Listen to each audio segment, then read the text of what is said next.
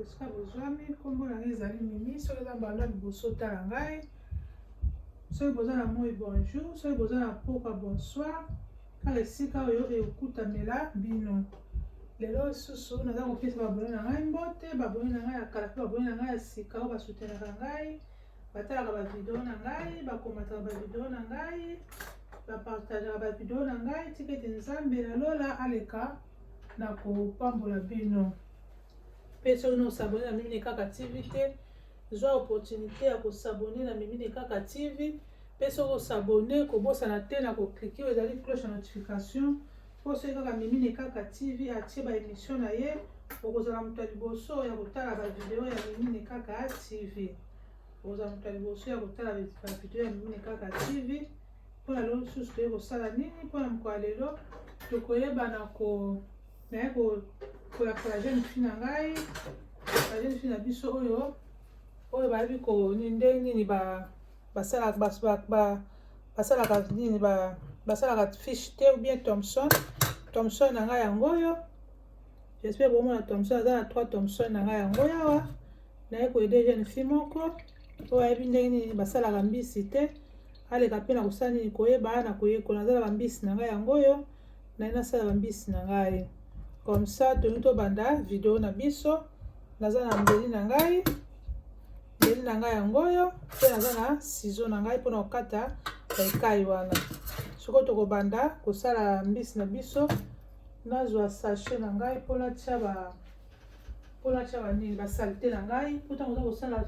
mbisi na yo esengeli ete ozala mwa sachet na yo pembeni mpo epermettre yo oleka na kotia basalite na yo. Sachet na ngai yango oyo, soki nasali bambisi na ngai nakozwa basalite na nyonso ya mbisi na kokotisa yango wana mpo sinke ezalaka ya po mpe banini basalite ya mbisi epanzana partout te. Mbisi na ngai yango oyo naza kosala mbisi na ngai, obani na kolonga na bekai, olongoli ekai na yo okotia na kati ya sachet, olongoli ekai na yo okotia na kati ya sachet. Soki oza na ciseau te eza nango mpe problème te, osaleli kaka mbeli na yo. Mais soki oza mpe na ciseau na yo eza nango mpe mabe te, okati nini olonga bekai na yo na ciseau na yo. Baoyo ezalaka awa mpona ntango mosusu omoni ezokisa yo te, omoni neti bekai oyo ozolongola yango, ozolonga bekai na yo na ciseau na mpo ya bekai oyo. Mpo bekai oyo esalaka nini, soki ezotutatuta esala nini ezokisaka. Donc okatikati bekai na yo mpo epermettre oyo ata soki mpona eke bana mingi, surtout bana mingi ya basi ya mike bakoka kosala nini,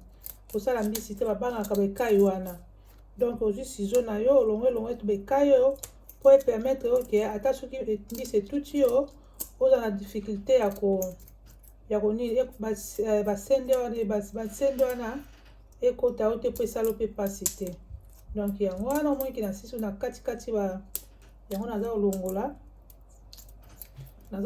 bekai na ngai nyonso mo ata soki etuti ngai ekota ngai te mpe na koyoka pasi te. Yango wana tokatikati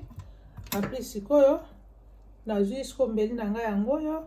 mbisi na ngai yango nakozwa siko mbisi na ngai na kopasola yango, napasoli mbisi na ngai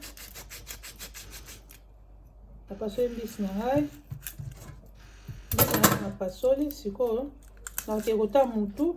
nafungoli pa mutu na ngai nyonso, mutu na ngai yango nakofungola nafungoli mutu nyonso, nakozwa basalite bakati oyo babenga bamatokolo, nakolongola yango nyonso na ndenge tobenga bamatokolo wana, nalongoli yango nyonso, nazwi siko mbeli na ngai nasi napasoli ya mbisi na ngai, nazwa siko mbeli wana bandi siko kokrate babiloko ya bamwindo. Ntango osala mbisi nofo omake sure ke babiloko nyonso ya mwindu oyo ezolongwa. Mpo soki olongwe babiloko ya mwindo oyo te, ntango okalinga fiche na yo kolia fiche na yo, soki ozomashe yango omonaka mbisi no ekozala bololo. Mais soki ozwi mata na yo mpenza jeune fille, ozwi mata na yo oza kolongola mpenza banoir oyo nake soki ozomona banoir oyo na olongola, olongoli mpe banoir nyonso te, olongoli yango omoniki ekosala yo bien. Ntango kolia mbisi na yo ekozala toujours kitoko, ekozala bololo te. Mais soki olongoli yango te, ntango olia mbisi na yo et kosala yo bololo. Donc ils ont tana aux jeunes filles tant aux ça mbisi na yo ba o se kanga makana tuma ba mafuta ana eza ba graisse longo longo nyonso tout au moins que mbisi na yo okolia ngo bien. Yango wana donc zo likanisi to partager jeune fille landa kandi na osala soki vi osala mbisi te na yebi na ba jeune fille na biso bakoka nga osala fiche te fiche eza mosala oui eza pe mosala effectivement ndeka boloba wana mais soki apprendre na yo ekoma nango facile mpona yo kobanga te mwasi abangaka pamba te mwasi na cuisine abangaka te mwasi azalaka donc asalaka misala nyonso soki ozobanga biloko mosusu ozosala biloko mosusu osala te omoni ke cuisine na yo mpenza oko-improve yango te donc zala mwasi ya makasi donc ozala na volonté mpe koyekola mposo oza na volonté koyekola jeune fille okoyeba makambo ebele ata mpe jeune garçon sikoyo ozali mosu ofandaka yo moko oza na mposa ya kolia mbisi na yo sikoyo soki osala mbisi na yo to olia mbisi no ndenge video yango nasaleli bino ba jeune fille ba jeune garçon oyo boza so bofandaka bino moko bapara ba mosika oza na mwa room na yo oza na mposa olia mwa mbisi na yo video yango ozwa opportunité okoti na Mimini Kaka TV wana ba video ebele asala ba video ebele ba video ya ba cleaning ba video ya ba cooking ba video ya ba conseil jeune fille jeune garçon nde nini okoyeba na kofanda na libala na yo ndenge nini kotraite mwasi na yo ndenge nini mpe okoyeba na kotraite mpe mobali na yo mpe okoyeba na koprendre soin ya ndako na yo ba video eza ebele nalobelaka nasalaka mpe ba video concernant ba nini ndenge nini mwana mobali ndenge nini okoyeba na kobatela nzoto na yo ya kimobali mpo ezala toujours makasi mpo okoyeba toujours na kosatisfaire mama eza na bastice eza ebele wana soki ozwi temps okoti na video ya Mimini Kaka TV donc ovisionne omoni ke okozala desi te Mimini Kaka azali wana kaka mpona kwa koede biso koede ba jeune fille na biso mpe na ba jeune garçon na biso ata mpe biso bamama misusu na bapapa misusu balobaka toujours ke on apprend tous les jours omoni mbisi na ngai yango oyo nakuna suko te donc na gratte babiloko nyonso to esalaka mwindo wana yango oyo naza toujours kograte donc mpona yebake mbisi na ngai eza mpenza clean mpe ready mpona kolamba yango donc zwa ta na jeune fille koyela te ntango ozolamba jeune fille fo motema no ezala kokita polesa mobala na yo mpe mobali na yo biloko oyo ebela soki ozaka motema moto olamba biloko moto donc kobana kolesa famille na yo libota na yo biloko ebela te mpe ekoyeba na konini koaffecte santé ya libota na yo mbisi na ngai yango nasali donc faut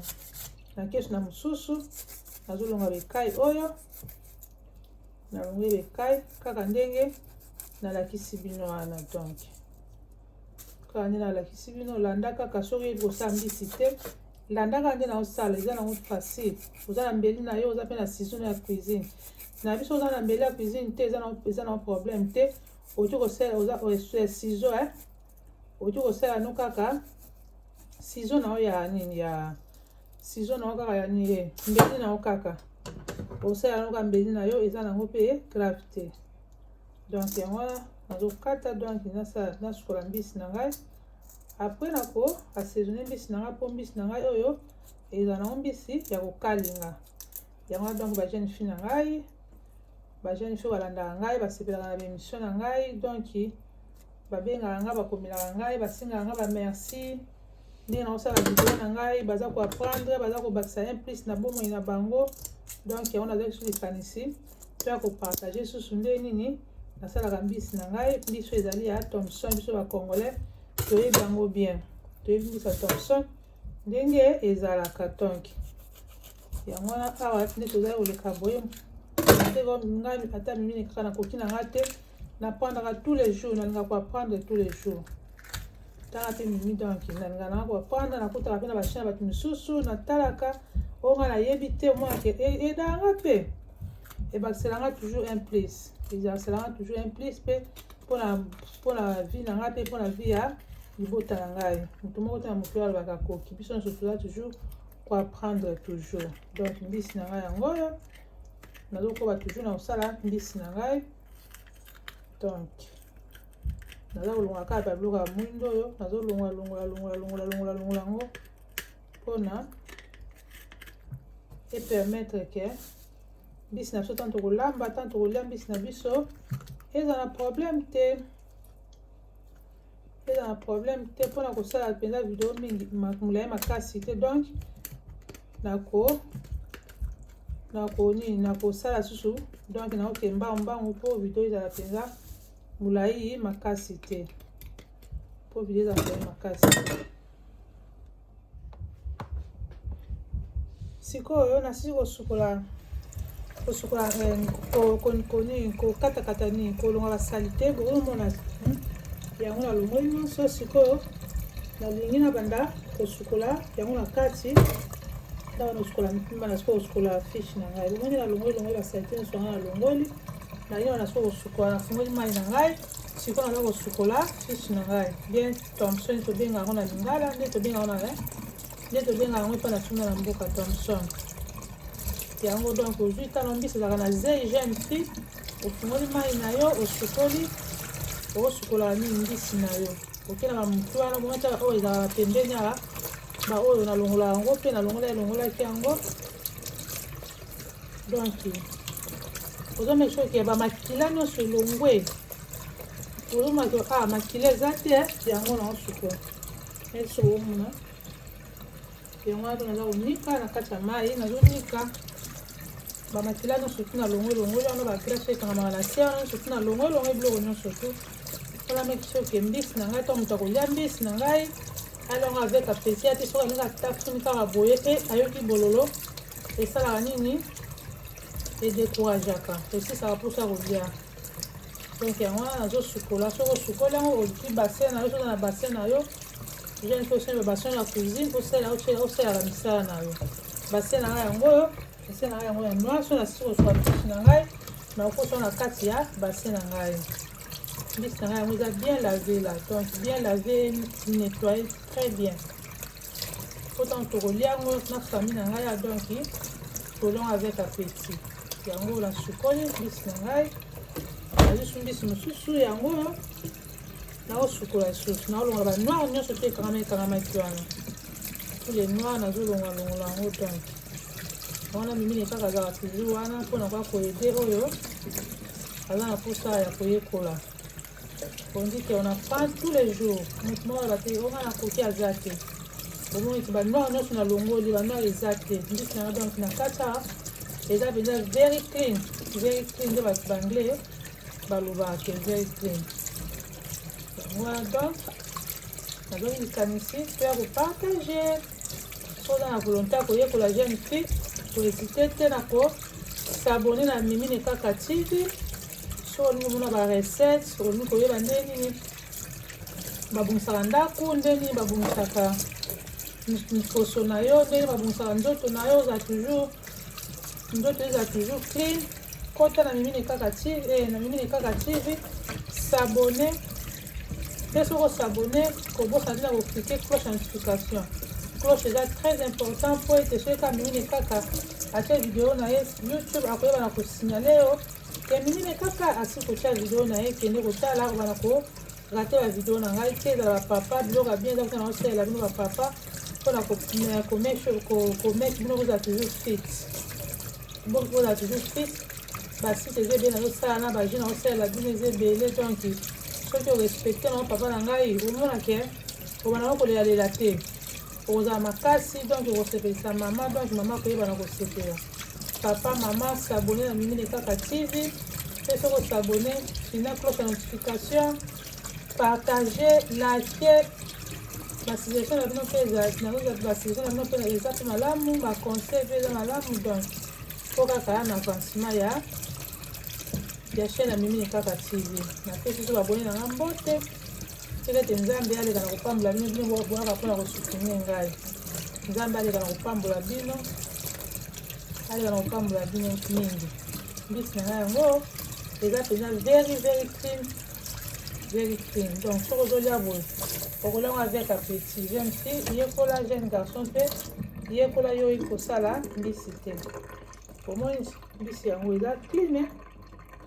mbisi eza clean na kati na longwe biloko nyonso twana donc elongwe donc soko osali boye so mpo kotumba yo moto koyeba so mpo kokalinga yo moto koyeba soko osevene fiche na yo monke moto soka ye akola fiche na avec appétit akola fiche avec appétit mbisi na ngai yango na kosala yango yo omwe mbisi na ngai eza clean na lisusu donc mbisi yango nasali donc na moko na lelo tosukisi awa tokuta na prochaine émission napesi bino kaka ba bye bye.